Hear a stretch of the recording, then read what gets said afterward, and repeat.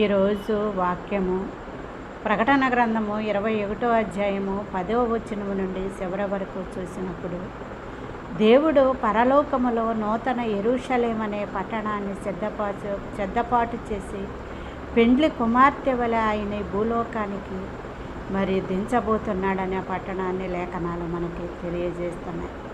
నూతన యెరూషలేము పరలోకములో సిద్ధపాటు ఈ భూమి మీదకు వస్తే, ఇప్పుడున్న భూమి మీద ఉన్న యెరూషలేము పట్టణము ఈ భూలోకం అంతా కూడా లయమైపోయి యుగాంతమైపోయి నూతన ఆకాశముతోనూ నూతన భూమితోనూ నూతన యెరూషలేము అనే పట్టణములో దేవుడు తన పిల్లలతో దేవుడు కలిసి 1000 ఏండ్ల పరిపాలన ఆయన చేయబోతున్నాడని లేఖనాలు మనకి సెలవిస్తున్నాయి.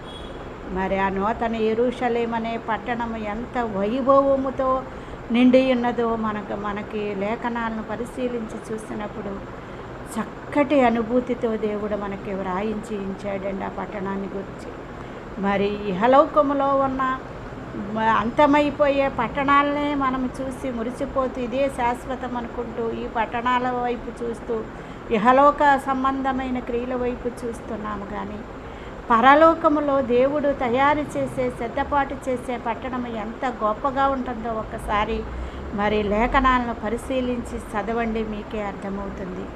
ఎందుకంటే ఆ నూతన యెరూషలేము అనే పట్టణము 12 పునాదులతో 12 గుమ్మములతో 12 మంది దూతలతోనూ 12 మంది శిష్యుల పేర్లతోనూ 12 మంది ఇశ్రాయేలు గోత్రములతోనూ ఆ పట్టణము దేవుడు సిద్ధపాటు చేస్తున్నాడండి. ఒక్కొక్క గుమ్మము ఒక్కొక్క ముత్యముతో 12 ముత్యముల ద్వారాగా ఆ యెరూషలేము అనే పట్టణాన్ని దేవుడు సిద్ధపాటు చేస్తున్నాడంటే, ఆ నూతన యెరూషలేము అనే పట్టణము పొడవు వెడల్పు కూడా చతురస్రాకారములో ఉంటుందంటండి. దాని పొడవు వెడల్పు 750 కోసులని దేవుడు లెక్క కూడా తెలియజేస్తున్నాడు. 750 కోసులు అంటే మన లెక్కల ప్రకారము మీటర్లోకి మారిస్తే 1500 మీటర్లు పొడవు 1500 మీటర్లు వెడల్పు అంటండి. అదే కిలోమీటర్లోనికి మారిస్తే 2200 కిలోమీటర్ల పొడవు 2200 కిలోమీటర్ల వెడల్పు అని ఇక్కడ దేవుడు లేఖనాల ద్వారా మనకి తెలియజేస్తున్నాడు.